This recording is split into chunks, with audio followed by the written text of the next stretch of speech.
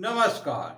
YouTube के अपने channel अंतर्दृष्टि में मैं अनिल गुप्ता आपका स्वागत करता हूं। ज्योतिष के इस कार्यक्रम में जो आज मैंने विषय लिया है वो है तीव्र बुद्धि योग। जन्म कुंडली में तीव्र बुद्धि योग कैसे बनते हैं इसे जाने और समझेंगे।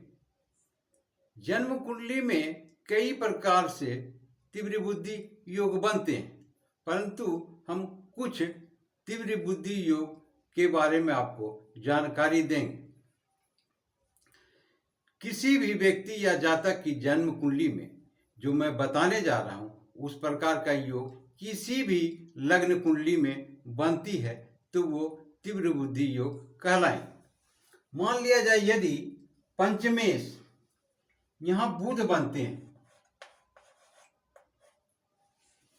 पंचमेश पंचम भाव में स्थित हो और दोनों ओर शुभ ग्रह, चतुर्थ भाव में चंद्रमा और छठे भाव में शुक्र, अतः बुध के ये 12वें भाव में और शुक्र बुध के दूसरे भाव में। तो इस प्रकार के योग जो बनते हैं वो तीव्र बुद्धि योग होते हैं। अब हम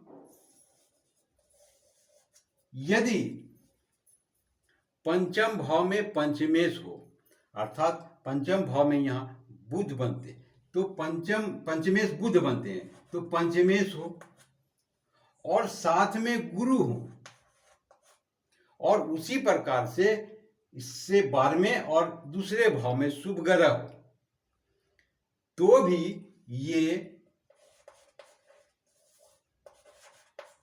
तीव्र बुद्धि योग बनेंगे। ऐसे भी ये दूसरा नियम है। और तीसरा नियम कि यदि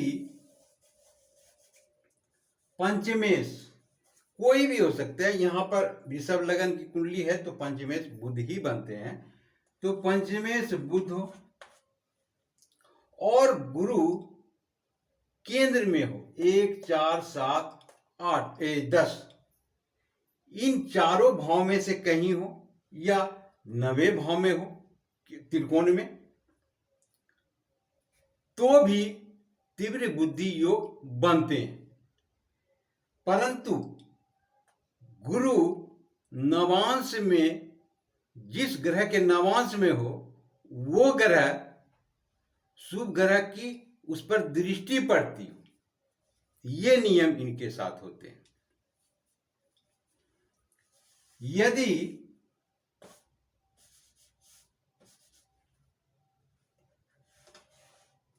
कोई भी दूसरा शुभ ग्रह है, यहां पर बुध का घर है, ये बुध के भाव हैं, यहां पर आज यदि शुक्र बैठे हो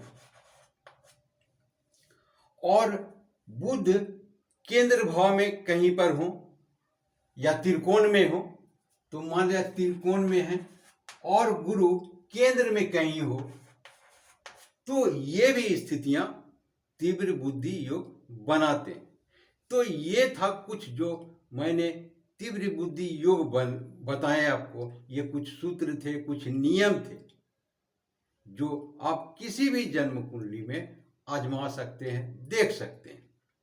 तो ऐसे जातक जिनकी जन्म कुंडली में इस प्रकार के योग बनते हैं वो तीव्र बुद्धि वाले होते हैं।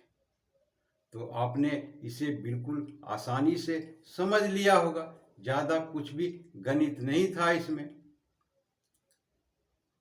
आशा करता हूं आपने पूरा वीडियो देखा। इसके लिए बहुत बहुत शुक्रिया, धन्यवाद।